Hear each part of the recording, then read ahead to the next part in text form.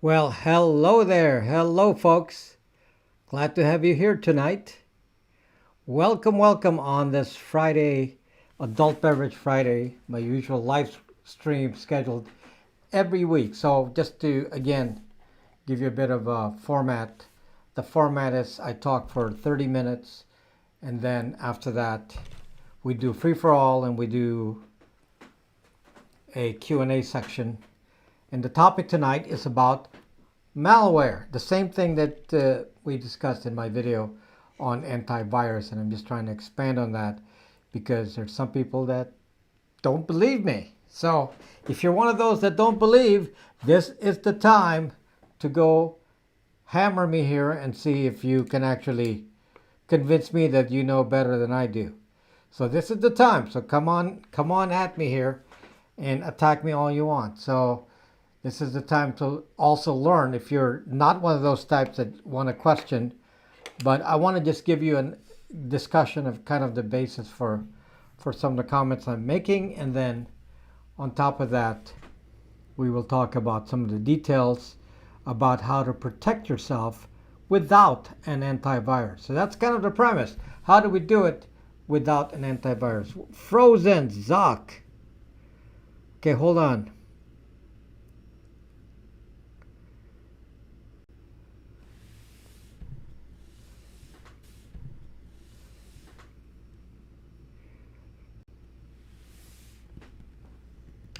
I barely started here, and the video is already glitching. That's so crazy. Yeah, I barely started. So maybe somebody doesn't like my topic. So how are you doing, folks? How are you doing? So I see the regulars are here. Lisa B, Kamikaze, Ozzy, James Mason, Matt Wilcox, Jason, Jeff Kelly, John, Tall David, Asher Eris, Casper Tadorian, Vatoloco Operations, God on Low, and so on. Janet Napolis. So welcome, guys. So let me just kind of give you kind of a summary of the video, and then we'll get into kind of the details of it so that you know what to do. And the summary of the video that I made is that, yes, dump the antivirus. If you have an antivirus on your computer, there is no reason for it. In fact, it's pretty bad. Yes, I will discuss Pegasus a little bit, but going to save that up for a video coming up. So we'll do that on the video because it's a kind of a complex topic. So we'll save Pegasus for the video, although we'll lightly touch on it tonight. So, but we'll save that for the video because that's kind of an important video. Not sure I understand, all the details yet. It's not, it's a little bit of guesswork since I have no personal experience with Pegasus.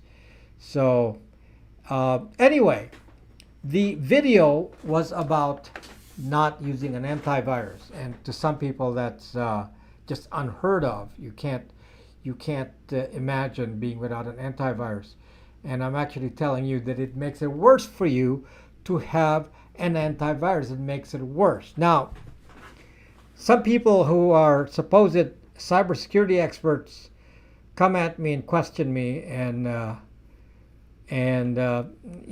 there's some knowledgeable people who gave good opinions, which may be a little bit different than mine, but not too far. And then there are those who totally go off the ballpark and say I gotta go to Reddit or something and go listen to the discussions of the black hat hackers so that I can learn from them, and then I know a lot what I have to defend against if I go listen to what the black hat hackers have to say. So let's make one thing clear. Okay? Hacking is not a mystery to me. It's actually, it's kind of a joke to even discuss this. I know how to hack, so that's kind of a given here. That it's what I'm making when I make my comments and statements about antivirus. It's not based on guesswork. I am not guessing what I'm saying. Truly, guys, please understand me.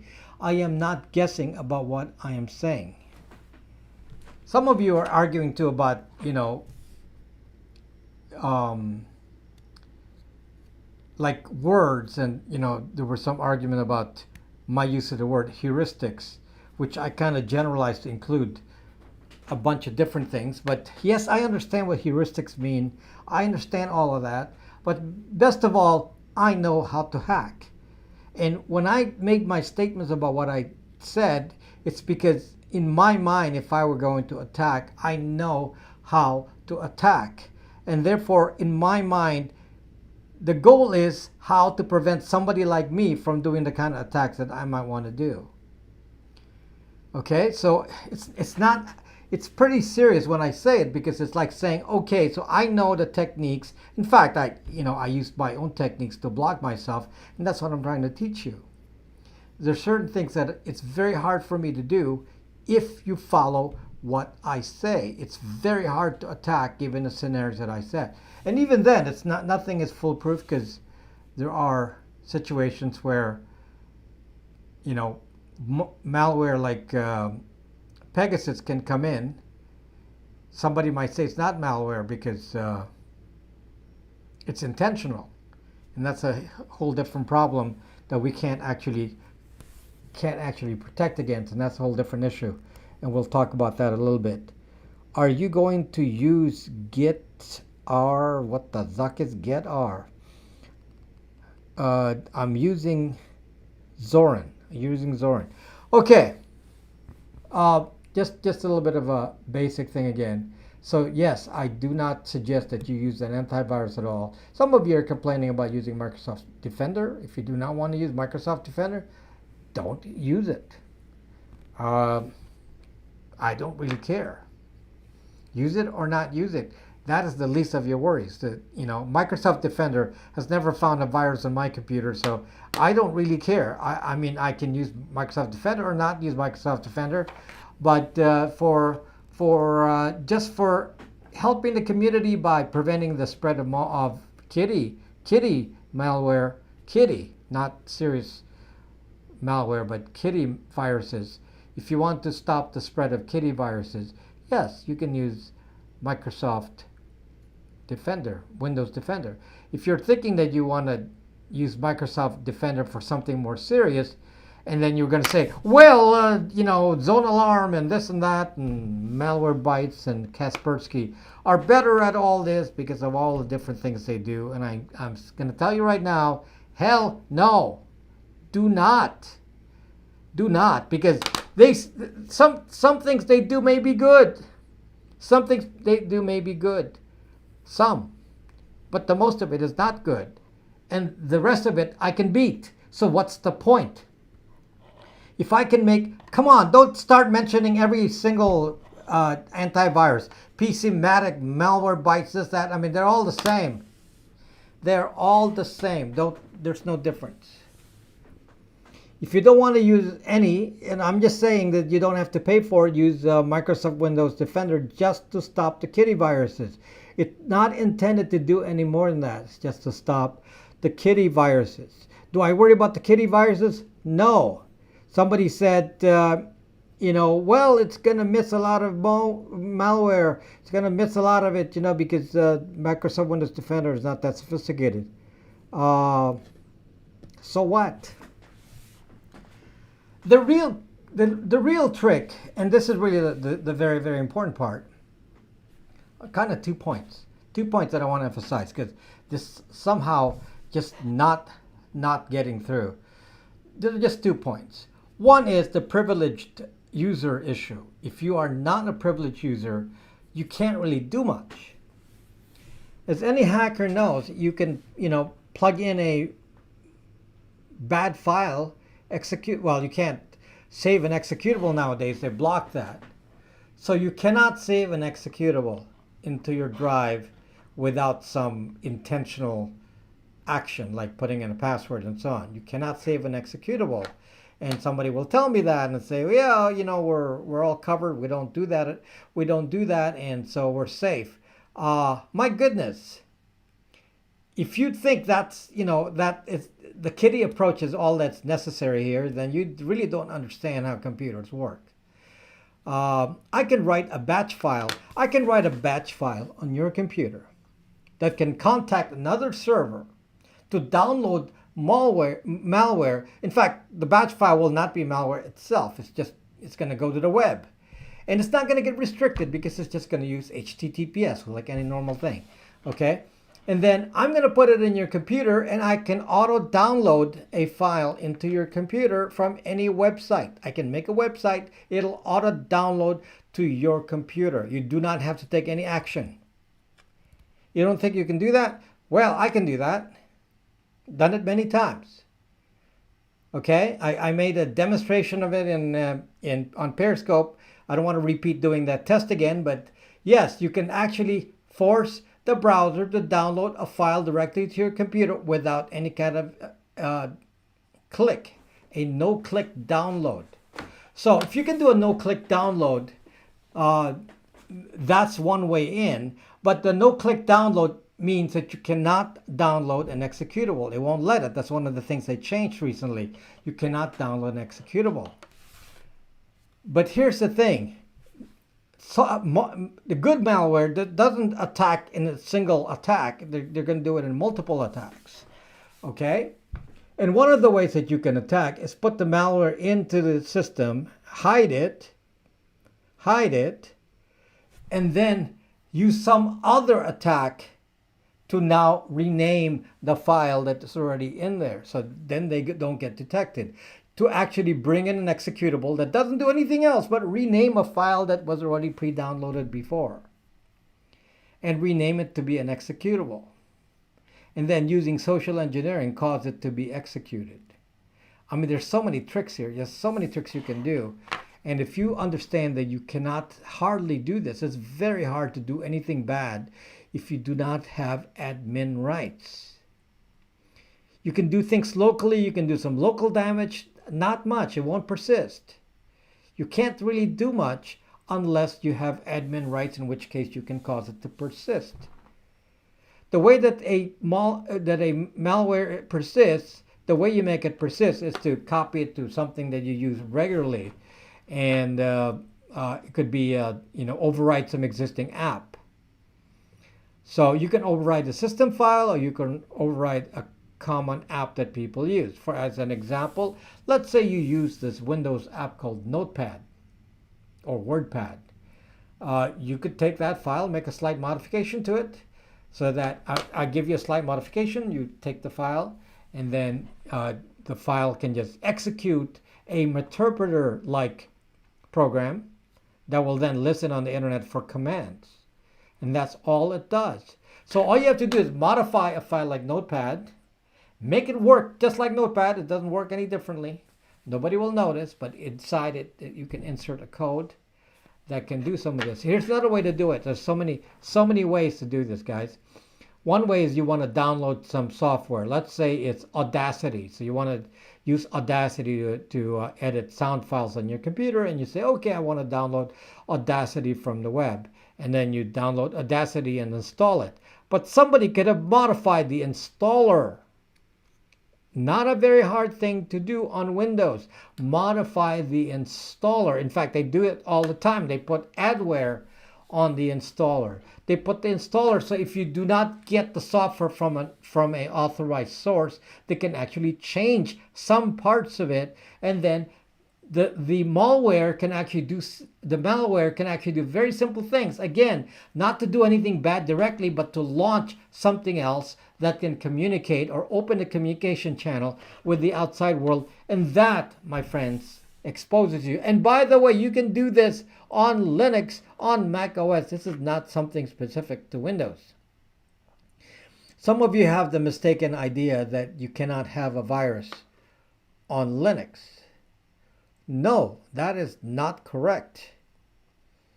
If I put a malware on a Audacity installation file, yes, it is possible to put malware on Linux. So yeah, it depends on where you got it. So somebody can trick you. Some of you are so quick to download. You go to the web, you take a file and say, okay, I need some file to unzip, and you say, okay, I need to download pkzip, and then pkzip is paid now, but somebody may put a version of it that is actually attached to an installer with malware on the installer, and then that malware may not do something direct. It could be do something indirect. I told you one of the things it can do is just rename a file. So if somebody puts a file on your computer, hides it, and then it could be a batch file with all the commands to do connect to the internet and connect to something else to download real malware, you can do that, and all it needs to do is to be renamed. That's it. Rename or rename and execute, and that can be done by an external program that you think is actually benign. This is easy stuff to do. This doesn't take any kind of sophisticated things to do some of this. It depends on who you're attacking. If you're attacking a group of just general people, or if you want to attack somebody more personally, then that requires a little bit different approach. The point is that if you understand how you can hide malware, you don't come to me and say, oh, you can hide malware with a firewall. That is the most stupid thing I've ever heard. That you can protect yourself against malware using a firewall. Okay? Because a firewall protects you from incoming signals. Incoming. A firewall does not normally block outgoing. Because if you do, a lot of software will fail because it doesn't know what socket you're going to use. Could be using any socket on your computer, 65,535 combinations. So it can use any of that. So you can't block everything, then a lot of software will stop working. So normally outgoing is not blocked. Well, malware, when it gets into your computer, will actually communicate out. It's not just incoming traffic, it's communicating out and then opens a channel. So it communicate out, talk to the server, open a channel, and then say, I'm listening for commands now. So if you actually understand all the things you can do, all the stuff that where a Trojan horse can actually hide and do nothing, can just sit there. And then somebody said to me, well, that kind of malware is advanced and it's only for 0 days, and that doesn't target the average everyday person. The kind of stuff I'm talking about, it's pretty easy to do. I mean, this is not. Thank you, John Hoyle. Thank you. It's not a big stretch for somebody like me to do something like that. And if I can do it, then anybody can do it. I mean, it's not advanced programming to do any of this. There are so many things. I can think of many things, including supply chain kind of changes, that there are just so many attacks. And to be honest with you, there is no way to protect against it all. There is no way. No way. So some of you, there's some cybersecurity people that talk to me and are so cocky, and they actually say, well, Graphene OS is immune. Graphene OS is so secure. No, nobody can break into Graphene OS. That is BS. BS. Of course you can break into Graphene OS. Of course you can break into Lineage OS. Of course you can break into Android. Of course you can break into iOS. Depends on how. Okay, some can be intentional by hiding the malware inside existing apps. Just change the functionality a little bit. Somebody lets you download innocent apps that you think is innocent but does something else on the side. It could be a chain of things. One app can be not doing anything obvious because it's just part of a chain of apps, and the victim is expected to have a set of these before they start working. And by doing that, they kind of hide the functionality, and they're not very clear on what happens. So, yeah, so to be honest with you, there is absolutely no guarantee that you can actually defend against malware, especially the new types that do not write to file, the ones that are embedded only in memory, like the Metasploit ones, which is not that hard to write. I mean, you can write one just using bash in Linux. You can certainly write one on a command line on Windows with a batch file. You can do these actually pretty easily. I've done them. They're easy. They're very easy to do. Okay? The problem is, if you do not have admin rights, you can't make it do something really bad. You're kind of stuck there. You basically have the malware in the computer of the victim, but you can't make it do anything if you do not have admin rights. So either you have to trick the user to have admin rights, or put the code in some other application that the user intentionally downloads, and that can call something else. So, you know, there's the problem. So how do you uninstall McAfee, Kathy? Like I always say, do a factory reset. Factory reset. Of course, making malware is, using malware is illegal. Doesn't mean you can't make one. So in principle, I know how to make them. I've experimented with them. But I've never used them against anyone else but myself.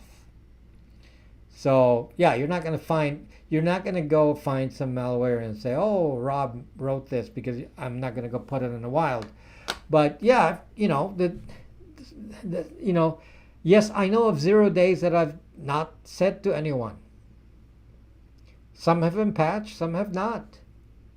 And I don't necessarily talk about them. Keep them in reserve. What do you think happens with its three-letter agencies? Do you think they publish the 0 days? No, they keep it to themselves until it gets discovered. When it's discovered, then they release it. But before it's discovered, they will keep it and use it for attack. And that, my friends, is what powered Pegasus. So if you're wondering how Pegasus was able to attack iPhones, the basic premise of how they can attack anything, including Android, but the one they did, the Noclick one, the one that requires Noclick, that specifically was from a bunch of 0 days. And let me just tell you, from what I've just said, how they did that. What they did was they used a 0 day, not on the operating system itself. They didn't use a 0 day on operating system itself. They used a 0 day on some of the supporting apps, like the photo app. They found a 0 day on the photo app. The photo app can open a website, so they put the 0 day on the. They found a 0 day on the photo app, and that's what they use. So the photo app then is triggered to download something from the internet, and then loads a file, and then executes the file, and that's what starts this going. So the 0 day. So now what is the point here? What I'm really trying to tell you, the problem, guys, is there's actually no way to defend fully against malware, and it's not something you can defend against with an antivirus. So therefore, the actually only solution that I am aware of that can protect your computer against malware is that once you have a certain period of time that you do a factory reset on the computer, which will wipe out the malware. Because the malware has to reside in the operating system. When you reformat, once the installation reformats the computer and then erases all the data, and you keep your data into a different drive, then typically the malware doesn't get in there because it doesn't normally expect a different drive. So the different drive is usually immune, because that's usually accessed by the apps. And then, just like in my case here, I erase my C drive and I leave my D drive. My D drive is either a device like this. Let me show you. So this is what I do. I have one of these with a USB. I found one with a short cord, and then I Velcro this to my computer. So let me just show you this. There's the computer. There's the Velcro. Okay. So then I keep the data here. I mean, this is one computer. On the other computers, I have a secondary drive built in. But yeah, so depending on the model, you can get this in 2 terabytes. You're not going to run out of space. Okay, this is as fast as your primary drive. My data is here. Okay, my data is here, not on the computer. The computer itself, I assume, can be reformatted and reinstalled, and I have a procedure written out for installing the software. And if you write down what you did the first time and keep notes, it actually is very, it's kind of just time consuming because you got to wait, but takes about half a day to do a reinstall, and it's about the only way that I can guarantee you that you will wipe out the malware. But if you don't want to do it like that, the easier way is just to use a virtual machine. If you have the knowledge, and I have a video on running a virtual machine on Linux, and I have another one that can run it on Windows or a Mac. So virtual machine on Windows, on Linux, I use KVM because it's faster. And I have a video on that to use KVM as a virtual machine. And then on Windows, you use VirtualBox. So I have a video on that generally about virtual machine, which you can use both on a Mac and a PC. And if you use a virtual machine, then you just kill the virtual machine on a regular basis, and then you start a new one, and it will always be fresh. And in which case, then it can't have malware if you restore a virtual machine to an original state. So it's going to be like when you use Tails, it always erases everything and starts from scratch. So that's the only way that you can actually guarantee. This is how Tails work. Now, why is Tails so hard to beat? And it's harder to beat than cubes. Why is that? Why is Tails harder to beat than cubes? Because by default, Tails is non-persistent, which means it wipes out the drive. The drive is always starts out empty, and so any kind of software or anything on it will get removed. So there's no way for any virus to persist. Any kind of malware cannot persist on Tails because the next time you boot it, it's gone. On cubes, on Unix and all of this, there's persistence. So you can, in fact, get malware on it. So you have to go reset the virtual machine back to some original state to prevent that. So, but if you want to, if you're working in a highly secure environment, I would use a virtual machine. For the average person, that's kind of hard to do. So the easiest way is to just do a factory reset. And if that's too hard for you, because that's so much work, then what you can do is do a backup, find some backup software, back up the boot drive, and then restore the boot drive on a regular basis with a format. And then that will wipe it out, restore it to some original state. And then that's the only way you know that a virus is in there. How do you know that there's a virus? Well, you got to see if your hard drive is working when you're not using it. If the computer is slowing down, if the hard disk is blinking and you're not doing anything, anything out of the ordinary, I would always assume already that there might be malware in there, and then I would just wipe it. Any kind of evidence. Now, I have more advanced tools to see if my computer is connecting to the outside world, kind of like Pegasus style. Pegasus, for example, connects to the servers of NSO. So if you can spot those servers, then you have gotten it. I do have software that I wrote that can detect those and check on domains and see if there's anything interesting happening to my computer when it's not being used. I need to work in that software. I didn't finish it, but I should finish it and make it available. But it was really made for Linux, so I should just standardize it and make it work for any platform. But I haven't had time. So So if I did that, then you can actually see if your computer is doing anything when you're sleeping, and that's where stuff happens. When you're not using the computer and it starts to do stuff, that's usually a bad sign. And that to me is a trigger that, hey, it's doing something and it's not, the Windows will do things when you're not using it. It's called Windows Update, which happens typically on Tuesday. So if your computer is doing something on a Tuesday, then that may be just Windows Update. But if it's happening on some other day, then yeah, I'd worry. I'd automatically assume there's something there and just wipe it clean. Wipe it clean, right? So, okay. So anyway, hopefully I made my point clear. Again, let me summarize and just a couple simple points. Okay, one is that antivirus does nothing. The attacks that I know how to do, antivirus isn't going to do anything, and I can do many attacks that people are, calling sophisticated state level stuff, and it's really not.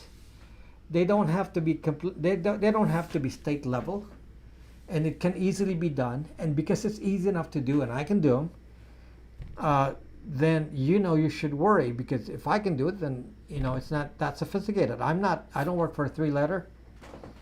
I work for myself. So because there's actually no way, I have no way to tell you that you have malware. There is no way to be certain. I can never be certain that my computers have malware or not. I can never be certain. I've not detected any. Certainly Windows Defender or any of the other antiviruses I've used have not given me any trigger, because I know to do certain things, like certain procedures in life that prevent malware. But we'll talk about that in a moment. I'll talk to you about some of these day-to-day average procedures that you need to implement. But like I said, you cannot spot the malwares, and if you can't spot it, you have to assume it's there. You have to always start with the assumption that it might be there. Therefore, do a reset. But before I continue on, I'd just like to introduce you to my sponsor, which is Lenode. And Lenode has a special program here. If you used linode.com/Rob Braxman, you will get a $100 credit to your purchase of services from Lenode for 2 months. So the $100 can be applied to anything for 2 months, and they're actually quite cheap. You can get servers for as cheap as $5 a month in one of their shared servers, and it's good if you want to learn Linux. I mean, it's better than actually coming up with your own hardware, because for $5 a month, and that's if you use it for the whole month, you can actually use it for half an hour, which will just cost you cents. So if you said, well, I'm going to set up a Linux server and terminate it and start it again and do that, because they charge you $5 for a month, but they only charge you on an hourly rate. So if you use it for an hour, then you only get billed for an hour. So it's a pretty good deal, and Linode is one of the least expensive, and they actually have apps pre-made. For example, you want to make a Nextcloud. They already have a Nextcloud as one of their apps pre-installed in a Linux server. You just have to select it and install it on the server for $5, and then you can try it out instead of Google Drive. So, and it's your own, so you can do all of that. That's on Linode. So that's the sponsor of this live stream and all my live streams here on YouTube. They're actually my only sponsor. I don't take any other sponsors at the moment. Okay, so can you make it will become a billion? No. So I told you, you can't actually spot every single kind of malware. So yeah, it's like cat and mouse game. They make something, you make a defense, they come up with something else, and you make a defense, and you'll be chasing forever. So the only solution is just assume you've been attacked. Assume you've been attacked. Okay, now, having said that, the reality is that malware, except for the ones that are zero-click, like the Pegasus zero-click one, and zero-click options are possible, but the majority of malware actually occurs via attachments and emails. I'm going to say attachments to emails will make up maybe 90% of the malware. So, and then 10% will be downloading from a website. So the reason that email downloads work so well, by the way, on an email, I told you that you can actually do a unconfirmed download from an email. If it goes to a website, you can actually download a file without any kind of click. So it is possible to do that just by opening the mail. It is possible to do that just the same way they do what is called a beacon attack. Beacon attacks is how they can get your IP address without you opening up your mail, which is a very, very common attack. Like if I know somebody's email, I can get their IP address. So that's why you need to always be on a VPN, since that is very easy to get. Okay. Once I get your IP address, I can do a lookup on a reverse IP lookup database and find out who you are, where you are, by doing a cross-reference to a reverse lookup database. And that you can subscribe to and pay for. Then you can subscribe to location databases where you can find the locations where an IP address has been found. There's many of these, Skyhook, Wireless. There's so many of these providers, and they sell these databases. Okay. Anyway, the main way that malware gets on your computer is truly just from people having bad habits, like opening up email. I never open up an attachment from people I don't know. Some of you send that to me. Some of you will send me links and send me a bunch of stuff, links to websites and all. I'm not that stupid. I do not open them. I do not open them. If you're going to send me a link, I will not open the link. And why? Because I know I can attack you the same exact way.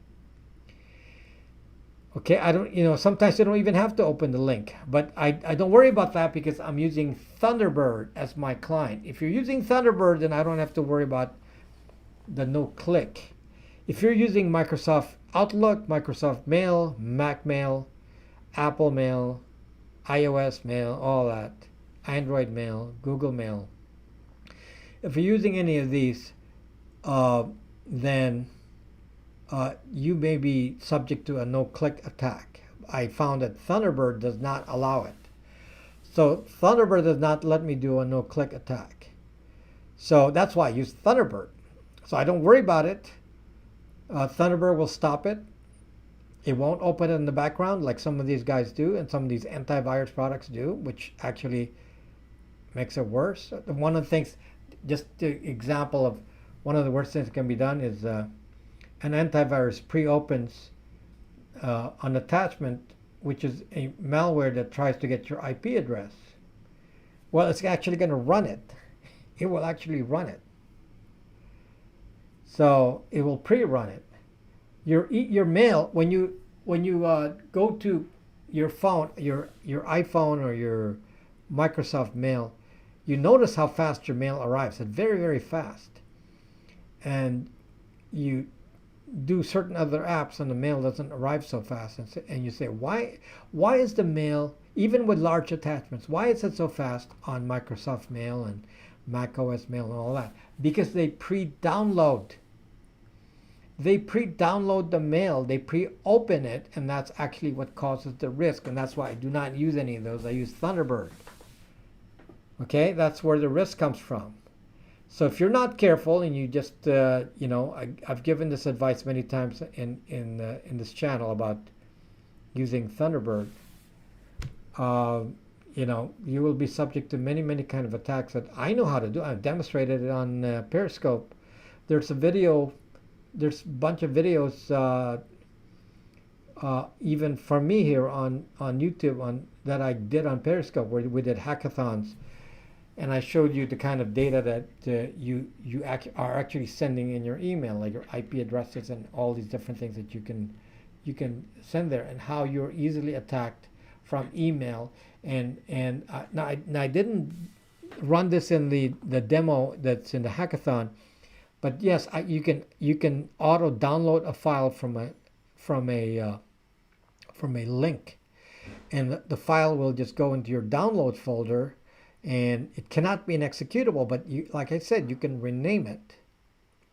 can rename it. It could be actually be a JPEG file. It could be anything. It could be a file that looks like a binary something and it seems like part of something else, but then the virus is encoded in there. And then another piece of software can extract the virus portion and then put it out there or just write it. But extracting it from an existing file is a good way of hiding, because then the virus will not appear to be doing anything bad, since it itself does not contain the malware. The malware can be inside a JPEG. So if a program says, okay, I give you an image file, this is the JPEG file, and here's the program. Let's say, a notepad or some other piece of software that does something basic that you need, or PKZip or something, and it actually looks for this JPEG file and then finds the JPEG file, extracts the malware, saves it, and then goes back to normal operation. Then deletes this file, so it's no longer in there, except the malware is now on your computer and you don't know where it came from, because this file did it and deleted it and left no trace. I mean, there's so many of these tricks. There are so many of these tricks, and that's why they're pretty impossible to find. So how do you solve this? Again, the answer is quite simple. Be careful about emails, number one, 90%, and then the rest is downloading from websites. The problem is, like I said, is the downloading from a website can occur even without your input, without a click. Especially a non-executable file, like, your browser will download a JPEG file without thinking about it. So if your browser can download a JPEG file without thinking about it, then you actually have an issue, because the JPEG itself can contain the malware. So, yeah. So, given this, there's actually no real guaranteed protection other than to make sure that the malware cannot escape and do anything bad by not giving it privileges. And second, by doing reset to wipe it out, because once it's in there, you're never going to know it. You're never going to know it. You're scaring me. You're scaring me. Well, maybe you should be scared, because some of you don't believe me. So some of you are thinking, but I'm going to feel so helpless without the antivirus. Nothing I said here has anything to do with antivirus. All these attacks I've mentioned can be done in front of an antivirus, and it's just going to ignore it, because there's nothing to trigger the antivirus. Antivirus reacts to executable files. If the executable file doesn't do anything supposedly dangerous, renaming a file is a very common function of every software. So if a file does nothing but rename, it isn't going to cause any issue with an antivirus. I mean, just be very basic about it. Okay? Port sniff blockers. That's a server. Port sniffing, blocking, firewall blocking ports. That is a server function for server websites, which you should do, because you know what ports to restrict. But that's incoming only. That doesn't relate to your home computer. Your home computer cannot be invaded on the port side with a firewall, because it can't go through your NAT, meaning your router is protected automatically. It's not addressable to your machine. So you don't really worry about this at home. This is the worry about firewalls is for corporate environments. If you're on a corporate computer network, or you're connecting on a VPN to a corporate computer network, that needs a firewall. The one in your home for home use does not need a firewall, since you can't get in there. What router do you recommend? Well, I don't recommend any particular routers, but if you want a VPN router, then use mine, Brax router. Can you explain the ransomware attacks and how they're installed? Ransomware is again, it's delivered through the usual means, which is from email. Now, ransomware attacks in a very specific way. It looks for shared drives. It looks for large shared drives by corporations. So it's going to look for an F drive, and then it's going to scan F, G, H, I, all those upper level uh, drive letters, and then it's going to look for large sets of files, and then once it does that, and then it starts to work and encrypt those files and lock them up. That's what happens. So that's why ransomware is not an issue really in a home computer, because of course you don't have that kind of asset. So they don't gain anything from ransomwaring a home computer. So ransomware attacks server drives or network drives, that have large amounts of data. It's a very, very specific attack. Dislike. What the hell's this guy's problem? Okay, not that I care, but how do you know? Are you? So, okay. If there's a moderator, can you just knock off that guy that's causing trouble? That guy, just knock him out. Pain in the butt. Waste of time. So please, if there are any moderators, just clean them up. If they start doing things like that, then please just wipe them out. Are you shadow banned? No, I'm not reading comments because there's too many comments and I'm talking. How do you format an SSD completely with no history left? I'm not sure you can. Not sure you can. That's a problem. If you have an SSD drive, how do you really wipe this drive? To be honest with you, the only way to wipe this drive is with a hammer. Yeah. If you're going to keep like files that require secrecy, do not use an SSD drive. So yeah, do not use an SSD drive. It's not smart. You can't do beach split. So if Hillary used an SSD drive, then it wouldn't work. But apparently she didn't use an SSD drive. Or somebody's not telling us what beach split is showing, post beach split, because you can't really beach split this, right?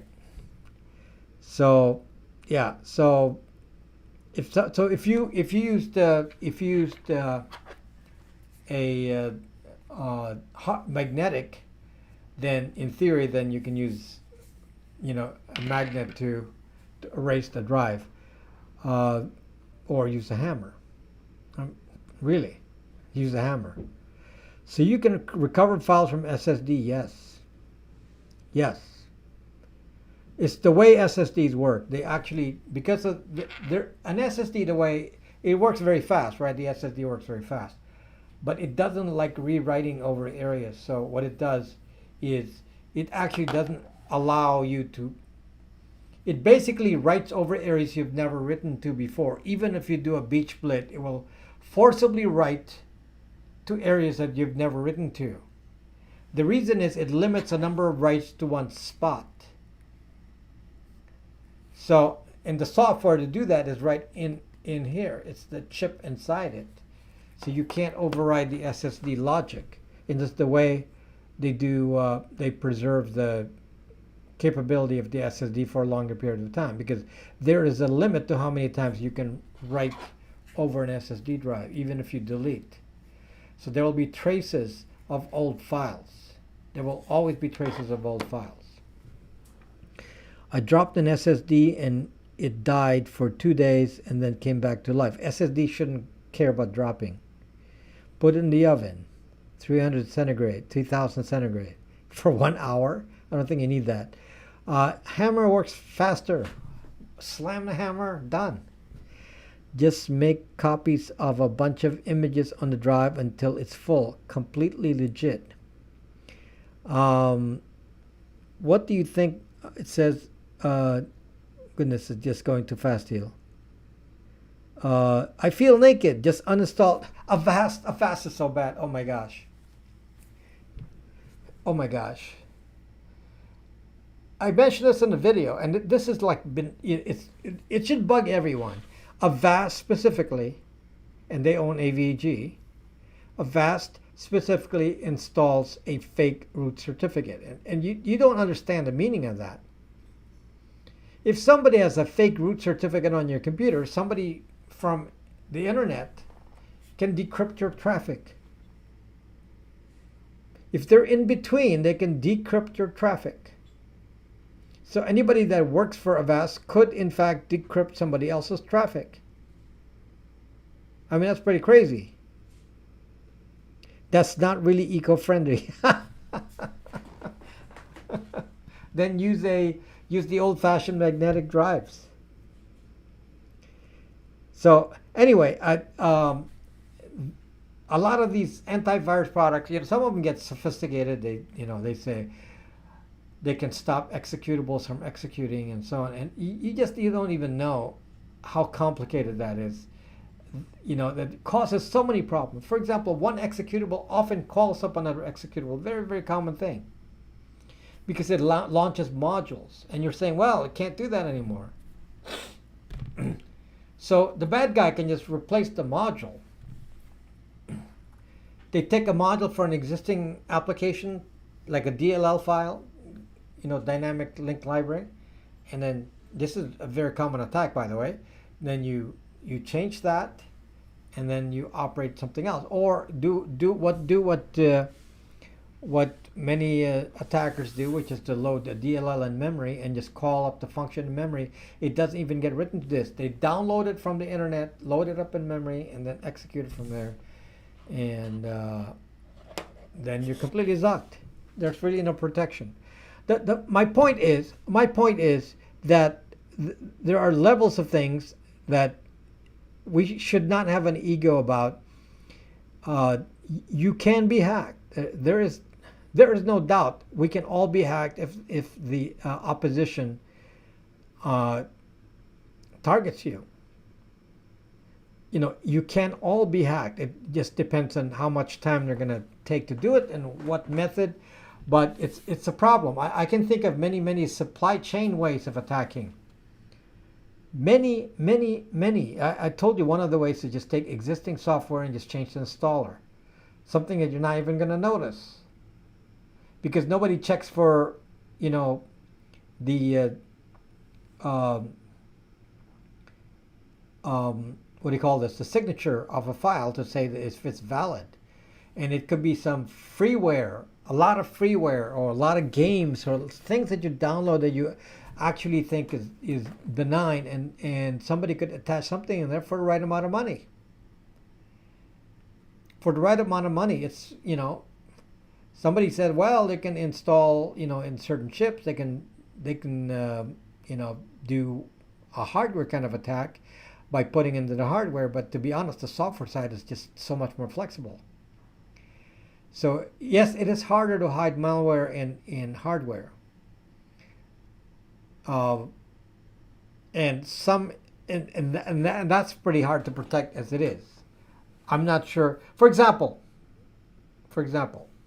thinking about phones for a moment, I'm always wondering, how would somebody like a state level player attack a phone? Well, one of the ways you can do it is the phone has this OEM area that I keep talking about, which is not overwritten when I install a Google phone. I don't touch the OEM area. I can't, because the phone stops working. So somebody could install any kind of code in the OEM area. One of the pieces of code that gets installed in the OEM area relates to the baseband modem, the cell baseband modem. The cell baseband modem is a separate system on the chip. It's actually a computer on your phone. It's a separate computer on your phone. It's the baseband. And they already have several attacks. It's one of them is simjacker, and then the other one is SS7, where you can attack and make the phone do stuff by talking directly to the baseband, not talking to the phone, but talking to the baseband simply from texting. So somebody can text a hidden text. This is one of the things that's like shocking, is because they can do a hidden text. So your phone gets a command to do something, and then it's hidden, and it can actually connect and do things on its own. And we don't actually know exactly what it's doing, because here's the deal, guys. Here's the deal. Some of this is done on the inside, and it's really not fair. Somebody like the NSO Group. The NSO Group, the Israeli firm that's responsible for Pegasus, companies like this get inside knowledge from the government. So they're given an access that we know we have a secret way into the baseband because we had Qualcomm put it in, a back door. And then that's actually what happened with the SimJacker attack. The SimJacker attack, which was publicized last year or the year before, is actually a backdoor. It is built into the baseband modem and activated by programming on the SIM card. I mean, how the hell? It's not even within the realm of normal hackers to know this. I mean, how are they going to know this? It's somebody on the inside that knows that SimJacker can talk to a baseband modem without any kind of clicking. It can do it by hidden text, and you can send it commands, and it's not even related to the operating system of the phone. The phone could be running Android, de-Googled, whatever. It doesn't make any difference what it's running. It could be running Linux on an Android phone. It doesn't, a physical Android phone. It can be running Linux, and it won't matter because the communication is done at the baseband level, which is a separate computer. How the heck do we protect against stuff like this? I was actually worried that the Pegasus one was going to call that, in which case we have zero defense. Zero. How the Zuck do you defend against that? Because they're using what it's called a out of band channel. It's talking out of band in a way that's not even tracked. Hidden text. Now I did check my phone, and Pegasus requires there's several attacks that send certain links to your phone. If your phone is getting a bunch of links, that's how they were attacking with Pegasus. And I don't have that. And they don't actually attack Androids in that way anyway. I don't know how they're attacking an Android. The attack that they're using on the text is on an iPhone, and I'm sure it uses something related to SimJacker, because I don't think they've actually solved that SimJacker problem. I don't think they've actually solved that. Okay, Lisa B, need your Bew sleep. So, logs. So anyway, my thing is, because we don't actually know what we can protect against, then we have to take other precautions. And some of the other precautions are to assume that you're always under attack. You have to assume it. In all the years I've been doing computers, which is a very, very long time, I've always assumed that I've been under attack. Always assumed it. That's why I take precautions like virtual machines, resetting my computers, not keeping my data on the computer, and so on. And being very, very careful with what I click. Extremely careful. So I hope you're also careful about what you click. By the way, just something else to think about. Obviously, attackers want you to click something by doing social engineering. So they're going to trick you. And they're going to trick you with things that you are really interested in. An example of just a very, very common attack that you should be, banking of course is one, and I gave that example in the video. But here's an example that is used so often at DEF CON. They use this for social engineering, and that has to do with employment.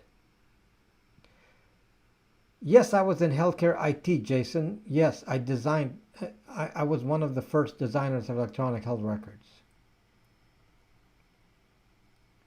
Thank you, KPN. Thank you. Thank you very much. Let me see. What was I talking about? I looked at the comments and then I forgot what I was talking about. You knew it?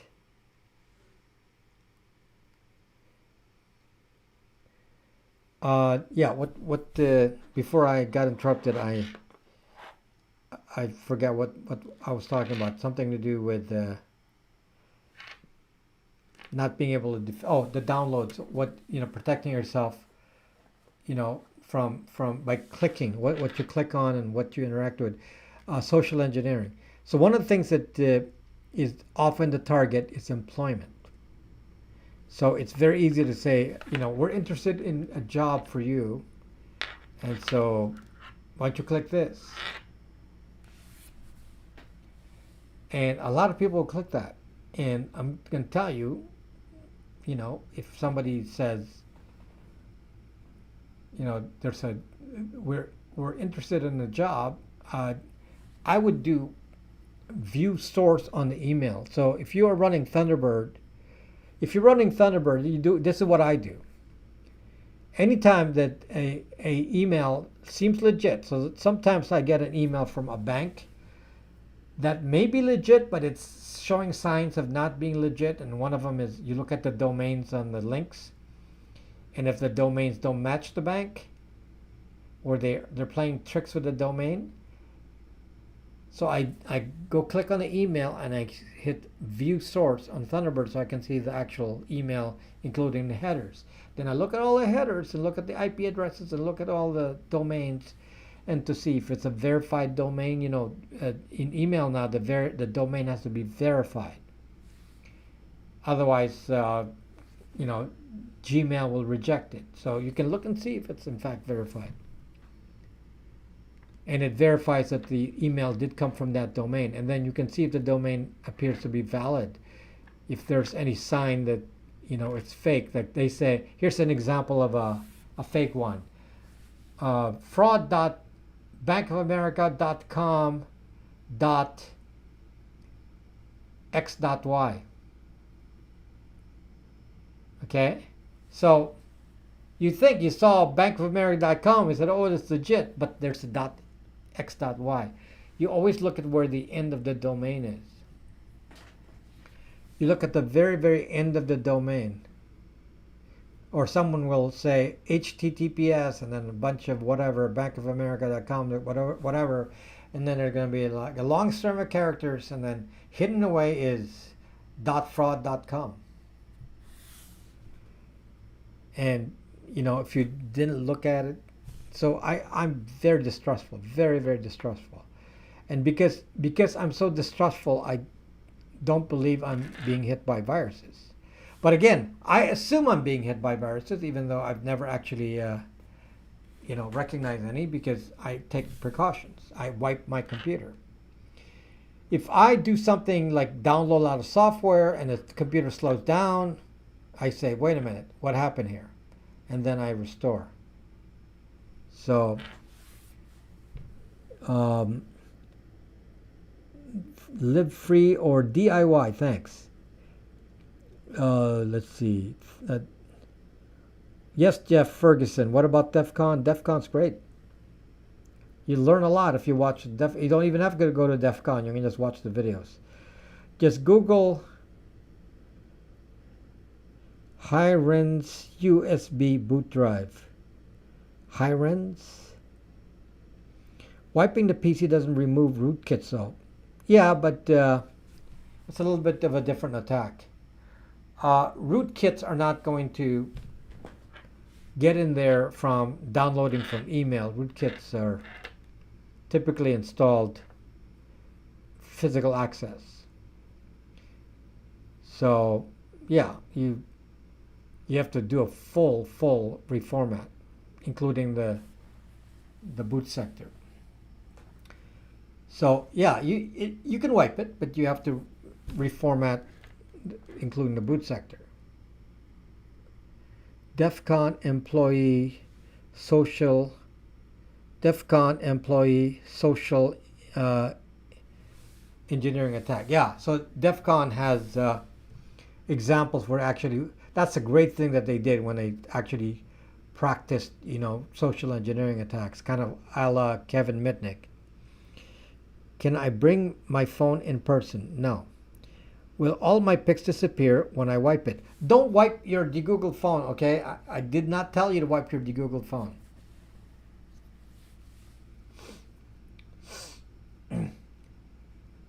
The trick with de-Googled phone is that you limit the amounts of apps on there, so you don't really have to worry about it. It doesn't have any content. There's nothing significant on a de-Googled phone. So in principle, it doesn't even matter if you think there's a virus in there because nothing's going to happen. So a de-Googled phone, you watch out for the apps. You become careful about what apps you download.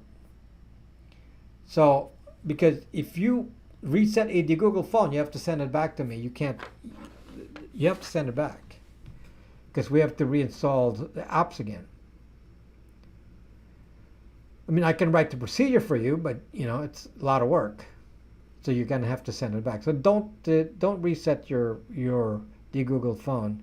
If it's not a de-Googled phone, you can reset it, but don't reset the de-Googled phones, or it'll be a lot of work. I don't know of a good solution to this, other than for us to do it. I don't have a quick answer for you. So don't reset a de-Googled phone.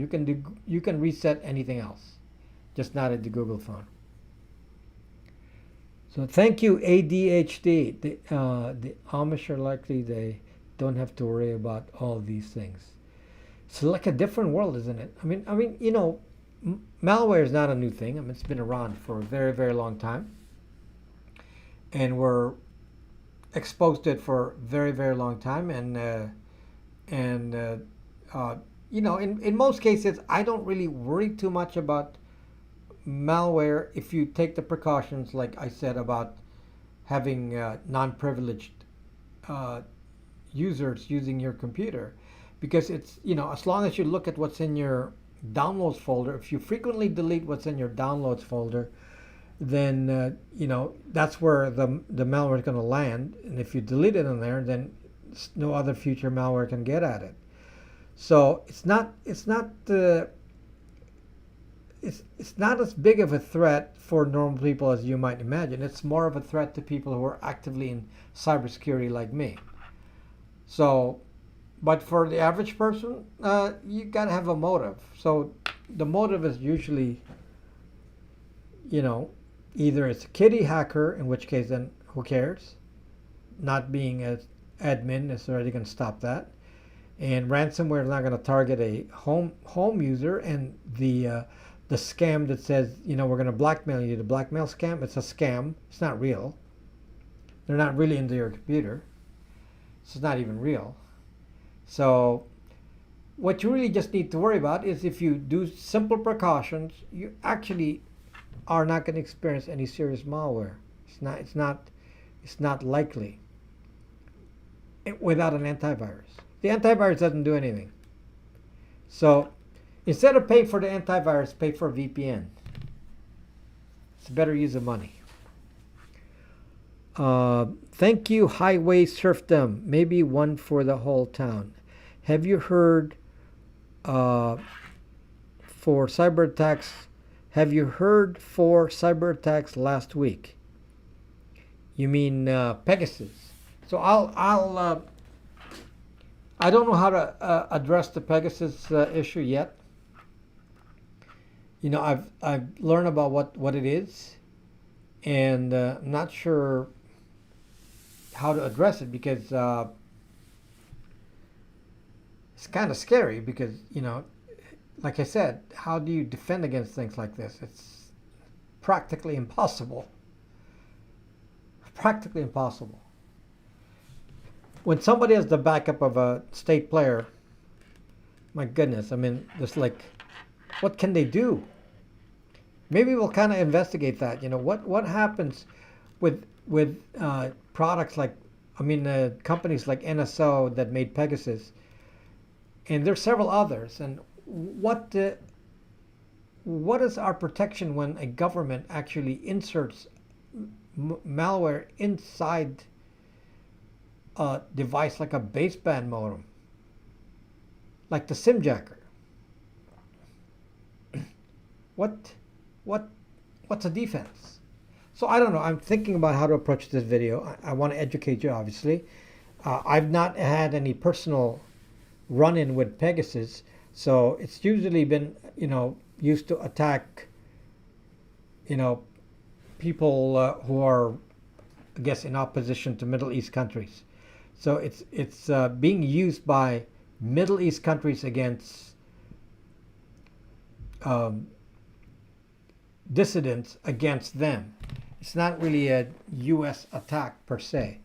So because of that, I don't have any personal experience with it. So I don't, I'm just basically basing it on what I'm reading. And from what I'm reading, it's kind of scary because somehow this company, NSO, knows things that the average hacker doesn't even know. And how do they know this? So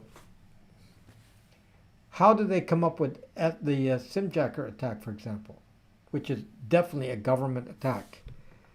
So anyway, something that I got to address and got to think about. I don't know how to address it yet, but it will be a future video this coming week, and I'll see, how I can inform you about it. It's not, we don't have enough data to actually know, but we'll see from what I know, which is a lot of detail. I know a lot of detail about it. 40 megahertz band jammer. Why 40 megahertz? What's at 40 megahertz? Do you mean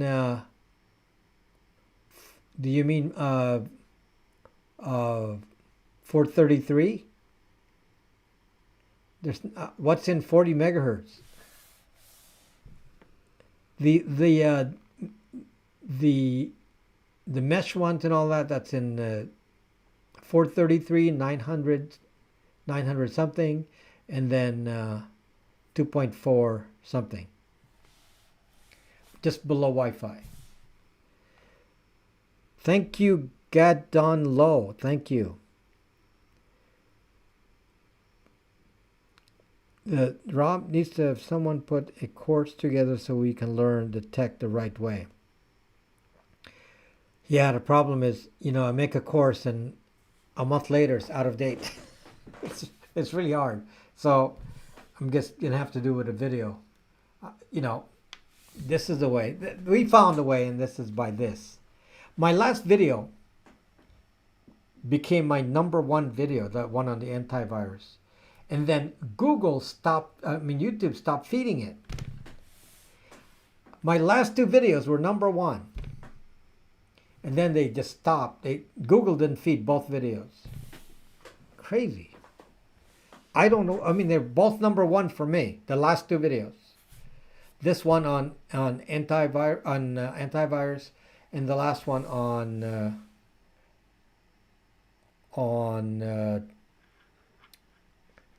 the social engineering one. So these 2 videos were #1, meaning my viewership, you guys, the subscribers, really responded to them, and Google did not share it outside of my group. So yeah, that's the way it is. I'm kind of, they can make me succeed or make me fail. So they might say, hey, you're too successful now, we got to kill you. So I don't mean physically kill me, but I mean kill the channel. They can do that. So we'll see how fair they are. So maybe the last one, not the antivirus one, but the one before, had a title of war. Maybe they didn't want to share the title of war. Maybe that's their logic. I have no idea. So you watched it. Yeah, most of my subscribers watched it. The last 2 videos are very heavily watched by my subscribers, but it wasn't being shared outside of my subscriber base. So that's why my subscriber count hasn't budged, because they're not sharing outside of the subscriber base. So very, very frustrating. Lancy, thank you very much. Let's see. Government websites. Cyber Polygon. Do you know any employee at Google HQ? No. Okay, something. Okay, hold on. The battery died. Hold on a second here, okay? The battery died.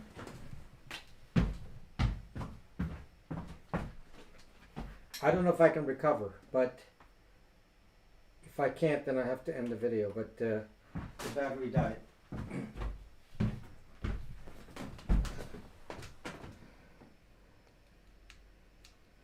Okay, so I'm if okay, it's I think it's starting up here. Huh. Okay, so it's failing. So anyway, it's not working. So sorry about that. So it's not working. So anyway, it's only 14 minutes before I end anyway. So I forgot to plug it in. So I'm sorry about that. Yeah, battery's exhausted. So I will catch you on the next video. Thank you very much for watching.